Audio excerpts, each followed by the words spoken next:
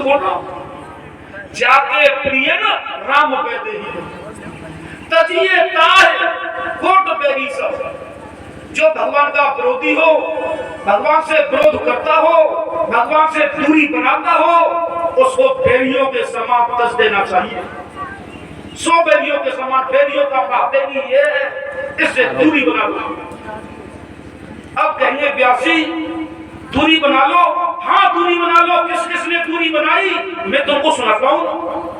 रामचरितमानस कहता है, मैं नहीं कह रहा हूं। किस किस ने दूरी बनाई?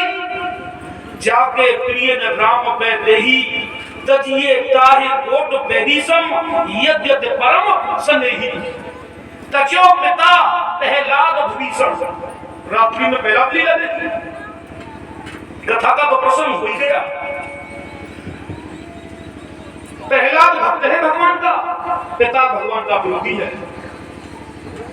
भगवान के नाम का विरोधी है, पुत्र भगवान का भक्त और पिता विरोधी।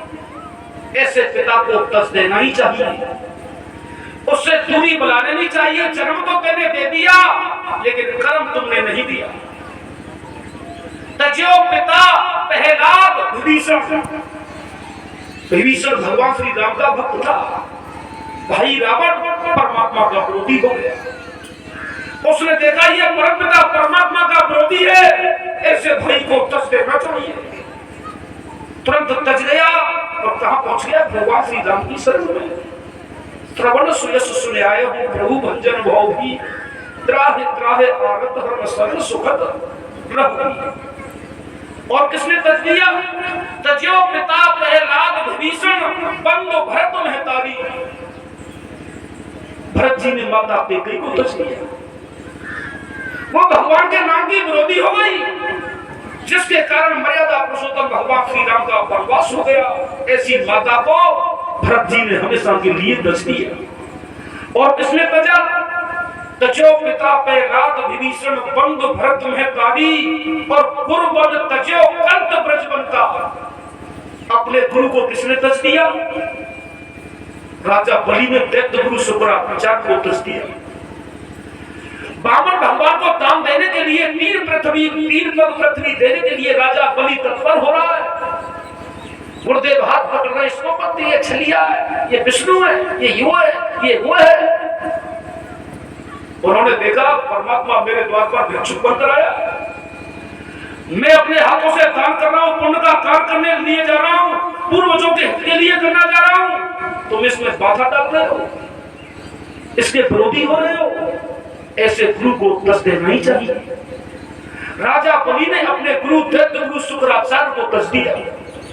तजो पिता प्रहलाद विभीषण बंधु भरत महतारी और गुरुवन तजो कंत ब्रजवंता। ब्रज गोपियों ने भगवान के बहन में अपने पतियों को तज दिया।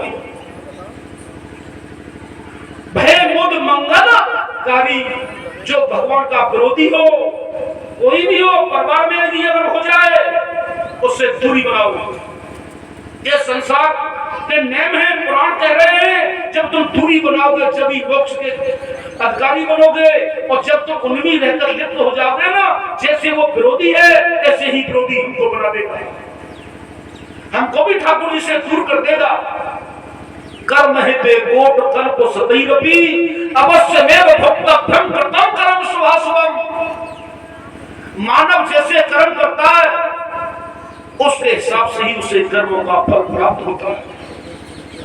28 प्रकार के नरक व्यासी करे जी, मैंने 28 प्रकार के नरकों का निर्माण पुराण में स्पष्ट दिया है। 28 प्रकार के नरक, कुल्ला है, खांसी है, मद है, मूत्र है, ज्वर है, हारी है, बीमारी है, पैर को कटना, आंखों को फूटना, जीभ को कटना, कानों को बेकार होना, हृदय को नष्ट होना, जो किडनी कह देते, नाना प्रकार के किस्त हो जाते, यही तो नरक है। 28 प्रकार के नरक यही इंसान भोग कर जाता है। कहते महाराज कैसे भोगते हैं, तुम कैसी बात करते हो? अरे कोई नहीं भोगता है, ये तो सब कहने सुनने की बातें संसार के लोग कहते हैं। महाराज सुखदेव कहने लगे संसार के लोग नहीं कहते, जो जैसा करता है उसे ऐसा ही भरना पड़ता है। मैं तुम्हें सुनाता हूं, सुनो। एक नगर में एक राजा था, सुना, हमारे कर्म अच्छे और बुरे यही हमको परेशान करेंगे। अच्छे तो उसका आनंदी जन्म जन्मांतर पुनतम जन्मम पुनतम मरणम, जन्म लेते रहेंगे, उसका आनंद हमें मिलता ही रहेगा। और बुरे कर्मों का जब यहाँ भी कर रहे हैं कर्म से, पड़ोसी भी कर रहे हैं, भाई बुरो है, भाई बहुत ही बुरो है। जब यहाँ के लोग डर रहे तो मैं खुश होंगे, वहां और ज्यादा डरेंगे। मृत लोग के लोग इससे डर रहे तो इससे दूरी बनाओ, ये बहुत बुरा है, बहुत गंदा, बहुत निशाचर है ये। और वहां क्या कह रहे हैं महाराज, कर्म तो साथ ही रहता, कर्म प्रधान विश्व कर राखा, जो जस करही सो तस फल। कर्म ही तो प्रधान है, कर्म ते राज तुरंग मिले, कर्म ही ते सुख संपत्ति होई, और कर्म फिर जब रावण के तो सोने की लंका क्षण में खोई। कर्म किए सब पुत्र मरे, रावण नार मंदोदरी रोई, तुलसीदास विचार करे, कर्म करे सो करे नहीं कोई। तो कर्म करना ही है, कर्म बुरा हो या अच्छा, फिर यहाँ भी कर्म करे तो क्यों डरे, अरे कर्म करे तो क्यों डरे, क्यों करके पछताए, बोए पेड़ बबूल के तो आम कहां सो। घर में बबूल का जब पेड़ लगाए तो सोचो आने वाले समय से फल प्राप्त होंगे, जब कांटों को लगाया तो कांटे ही मिलेंगे। तेरे महाराज एक नगर में एक राजा रहता था, बड़ा धनवान था, बड़ा भगवत निष्ठ था, पंथ का परमात्मा का बड़ा प्रेमी था। उसका एक पुत्र था, उस पुत्र को शिकार खेलने का बहुत शौक था। वन में जाना, जीवों को मारना, वन में जाना, जीवों को मारना काटना, ये पृथ्वी की उसकी चर्या थी। एक दिन शिकार खेलकर जैसे ही घर में आया, उसने तलवार को दीवार पे किनारे खड़ी कर दिया।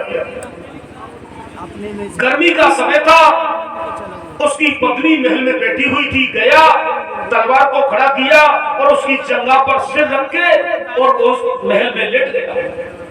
थका हुआ आया था, अपनी पत्नी की जंघा पर सिर रख के वो लेट गया। पत्नी धीरे धीरे बीचना से हवा करने लगी पंखा से, उसको नींद आ गई, वो सो गया। पत्नी की निगाह कहां गई, जो तलवार थी उस तलवार पर नहीं।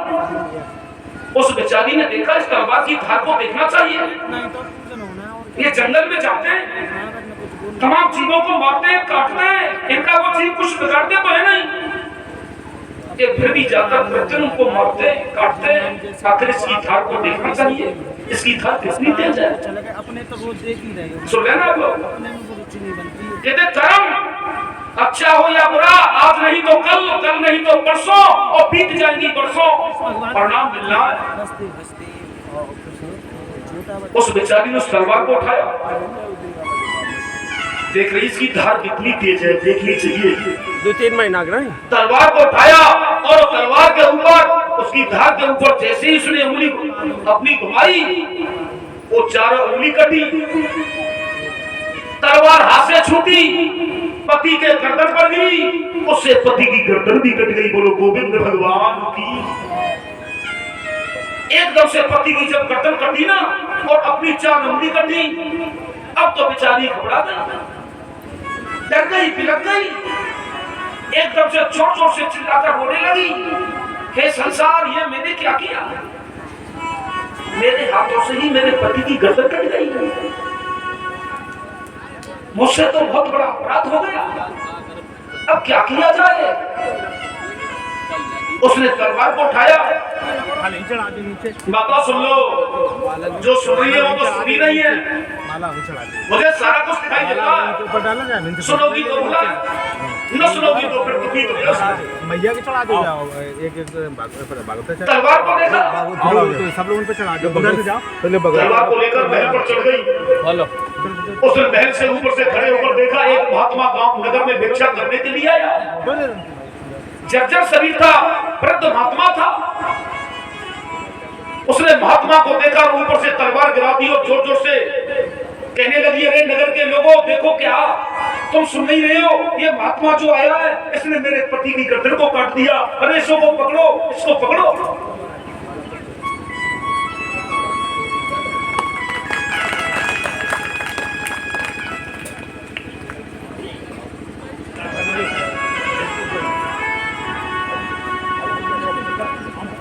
ये भी सब आगंतुक महात्मा हैं।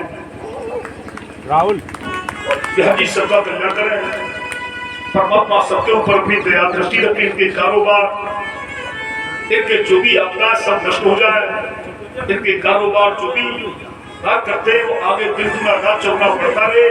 हमको यही कामना राधा रानी से, बाकी नबी से करते।